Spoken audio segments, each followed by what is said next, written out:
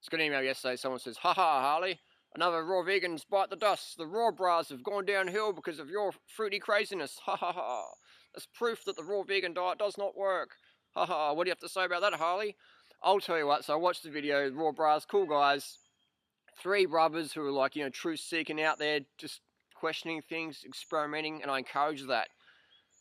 So people say, "Harley, but they stuffed up, and it's like, they did raw vegan for 4 months, and they said they couldn't train at the Olympic level they were going for, the trials. One of the brothers was swimming at the Olympic trials, correct me if I'm wrong, swimming with Michael Phelps. That's a pretty high level, man. Swimming at that level and not doing all the drugs that the other people do, that's pretty full on. That's a lot of talent to be able to do that. So if you've got the genetics to swim at the Olympic trials, you've got a pretty big fucking motor in there, man. You've got a big motor in there, and that motor's going to be chewing up a lot of fuel. So I'm thinking, what's happening to these guys? Why aren't they succeeding? So I read the Facebook quote, and it was they're eating 3,000 to 4,000 calories a day. And trying to swim as fast as fucking Michael Phelps. And I'm thinking, hey, there's something wrong here, because Michael Phelps eats between 12,000 and 15,000 calories a day. So you got like up here, the 12 to 15, you got the 3,000 or 4,000 down here. 30% of that.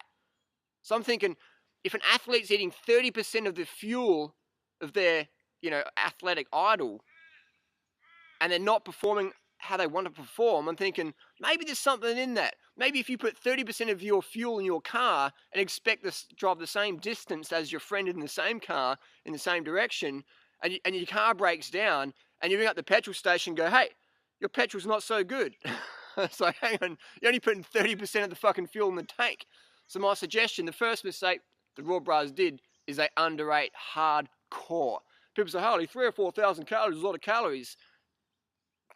For who? For what? For someone, sitting on the couch, or who doesn't have much muscle or much size? Yeah, maybe it's a lot of calories, but for these guys, high intensity, want to increase the muscle mass, you're not going to find bodybuilders eating 3,000 or 4,000 calories a day, man. So if you want to be a bodybuilder, Olympic level swimmer, 8,000 is probably a minimum.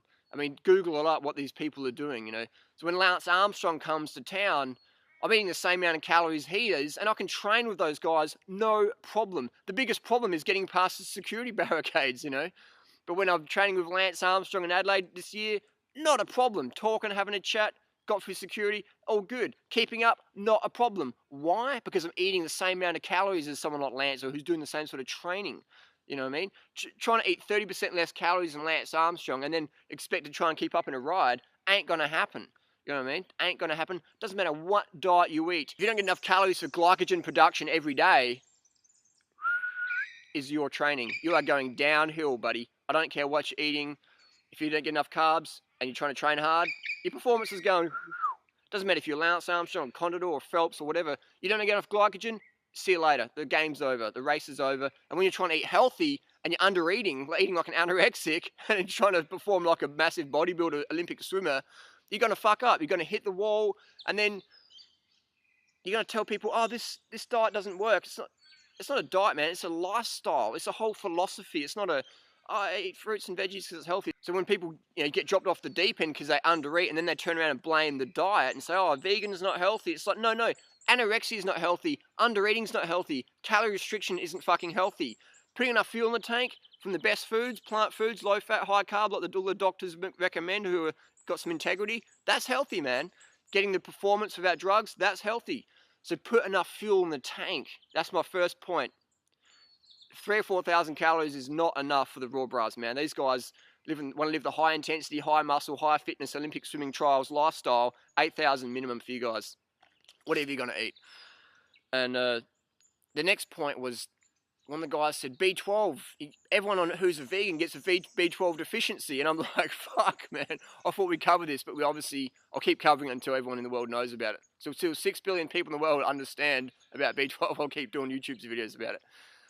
Anyway, so this is a great book to read. Why do I recommend this book? It's because there's other books to recommend, but they're written by vegans.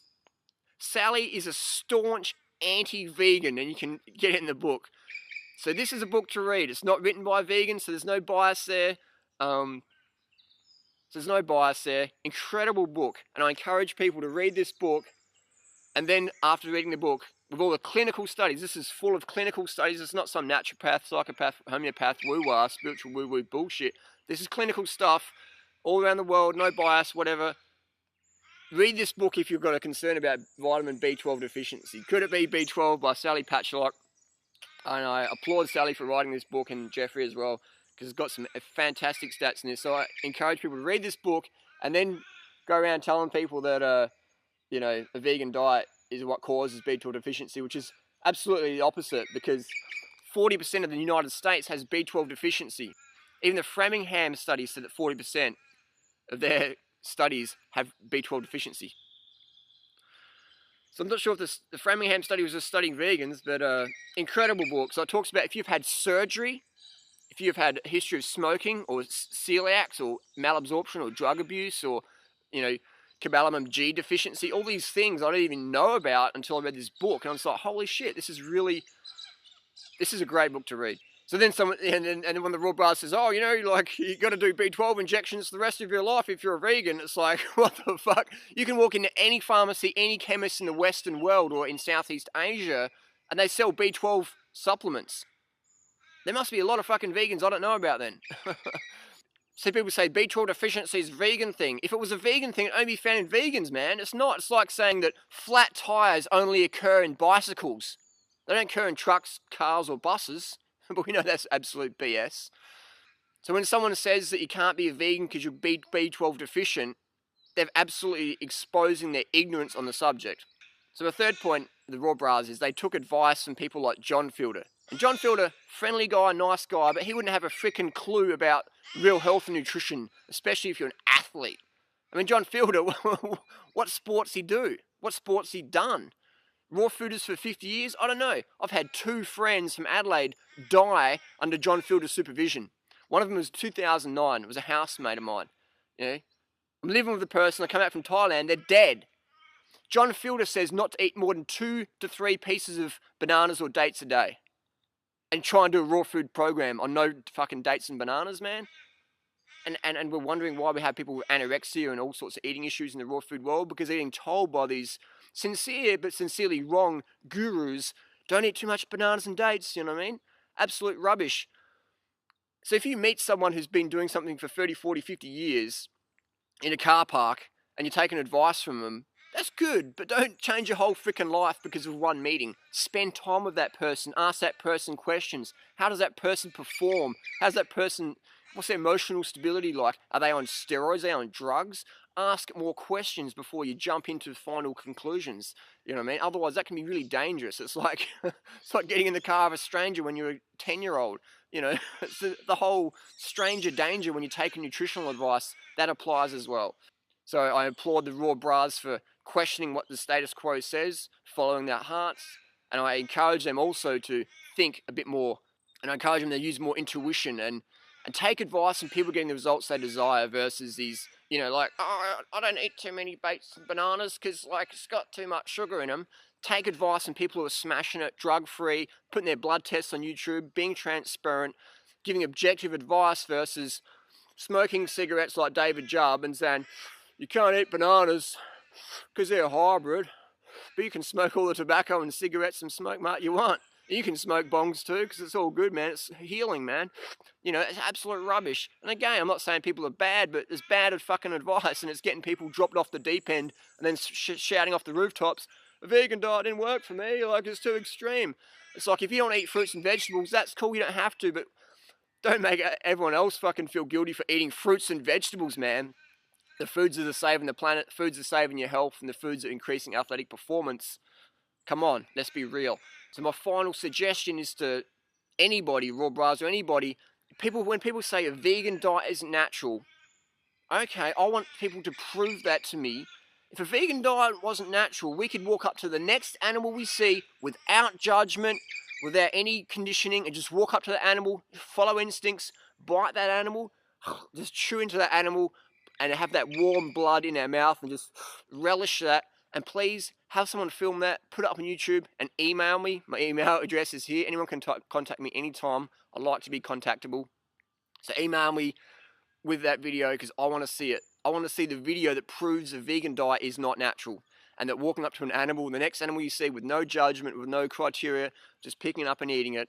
I want to see that, because no one in the last 8 years since I put that challenge up has been able to do that for me.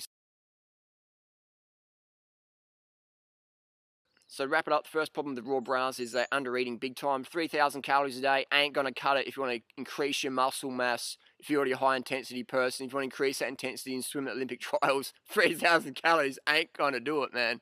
8,000 minimum for you guys. 2, saying I can't be a vegan because it's not natural and that we're designed to walk up to cats and dogs and just bite into them, and that B12 deficiency is only found in vegans, and vegans only use B12 injections. It's like absolute rubbish. All Olympic athletes use B12 injections. Ask them, ask the coaches, email them. They'll tell you what's happening. Michael Phelps uses B12 injections. Third one, taking advice from people who aren't getting the results you desire, who aren't transparent. People are saying, I'm a breatharian and I've got like, bodybuilder's physique, but I'm a breatharian. It's like fucking bullshit, man. I haven't eaten for 20 years and I'm like super strong. It's like bullshit, man. So third one is taking advice from people who aren't getting results you desire. John Fielder, those guys, man, David Jubb, the people who are doing the drugs or have got anorexia or whatever, who just, whatever. That's the 3 things, man. Improve on those and keep on charging down the path. So does that make sense? That's how we make the mistakes, and I'm glad people do videos and send me emails and stuff like that, because then we can get to the bottom dollar, the bottom line. Why are people making mistakes? It's like a crash investigation unit. You can call me the crash investigation unit of the health industry, the fitness industry. Why do people crash? I like to go there and analyze the crash site and check out, oh, what happened? Okay, we're coming through this corner too fast. There was gravel on the road. These people were under eating. They had mislimited beliefs. So they were following a bad advice from other people who weren't getting the results they desire.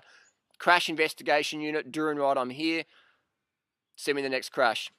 Case closed.